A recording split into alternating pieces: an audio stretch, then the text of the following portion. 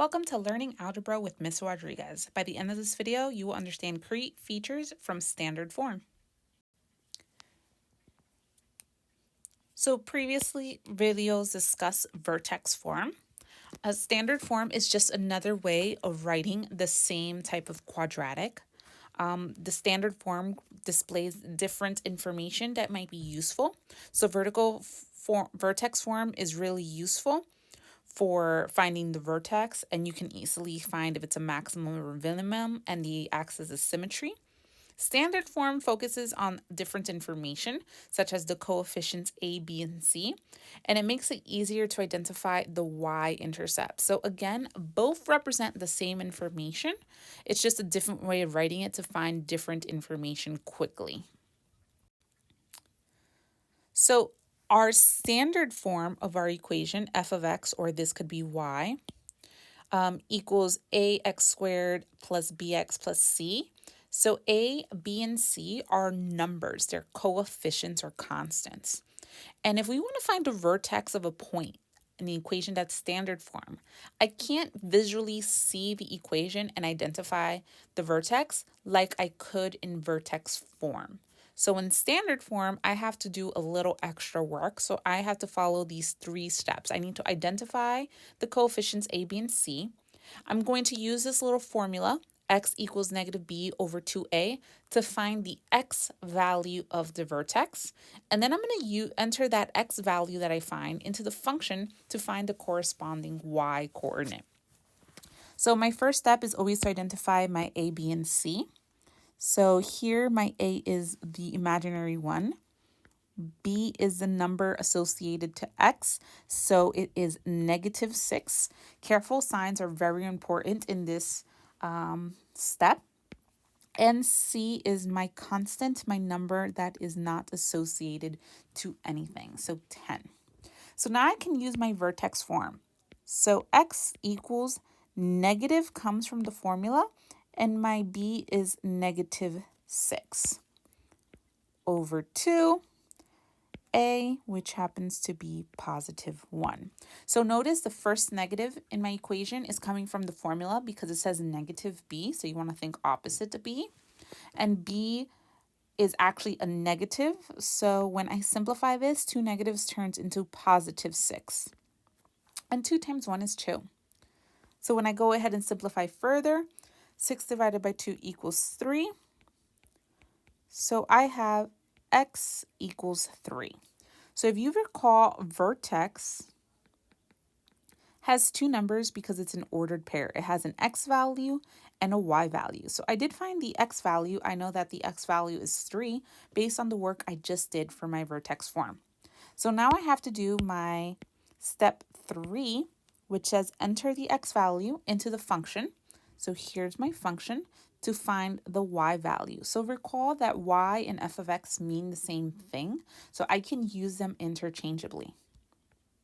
So y equals, x is no longer the variable, but the number squared, minus 6, again, x gets replaced, plus 10. So I like to kind of leave a space so I don't get confused between the number I am plugging in. So now I'm going to fill in with my 3, because now I know that x should actually be that number. Remember, variables are just a placeholder until I know the value of the number. So now I'm going to do order of operations in order to simplify, or you can type this in directly into a graphing calculator that can do order of operations. So 3 squared is 9, so 9 minus 18 is negative 9, and negative 9 plus 10 is 1. So now that I know that the y is equal to 1, so that's what this tells me, I find my vertex. So vertex is 3, 1. So similar, I want to find the vertex of this function. So I'm going to go ahead and identify my a, b, and c, and then I'm going to plug it into my formula. So now that I've identified my a, b, and c, and I plugged into my formula, I can go ahead and simplify.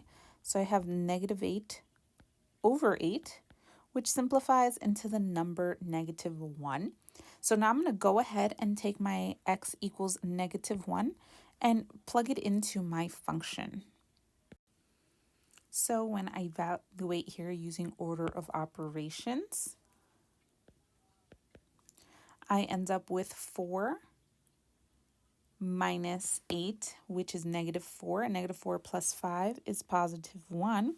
So once you know your x is equal to something and your y is equal to something, we can find our vertex as an ordered pair, -1, comma 1. So in example 3, we want to find the key features of the function.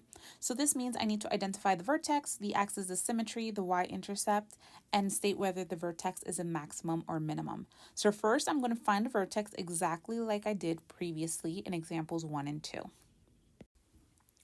So once I found the vertex using my formula and plugging back in my x value into my function to find the y value, I pretty much did all of the math. I just need to identify all of the other information.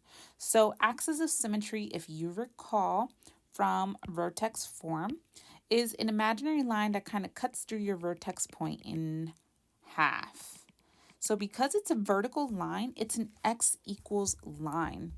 And it's cutting through your exact vertex point, so it's cutting through your x value. So we already found that using our vertex form formula. So I just need to state that my axis of symmetry is x equals 2. Now, standard form also makes it quite easy to identify your y-intercept. So your y-intercept's always going to be your c value. So since I already know that my c value is 8, I know that my y-intercept is 8. If you recall, a y-intercept by definition means that the x coordinate is 0. So my y-intercept is not only the number 8, but it's the ordered pair 0, comma 8. This 0 is coming from the fact that it's a y-intercept. So every y-intercept will have an ordered pair 0, comma something. And in this case, the 0, comma is 8 because of my c value. My last step is to find if it's a maximum or minimum. Again, if you recall from vertex form, the a value kind of tells us if something is a maximum or minimum. So if my a value is positive, that means it opens up, creating this minimum point because it's going to look like a U shape. However, if it's a negative number, it would create a maximum point because it would open down, creating kind of this upside down U. So in this case, my A is positive, so I can just go ahead and state that my vertex point is a minimum point. Thank you for watching. Don't forget to like, subscribe, and share with fellow educators or students.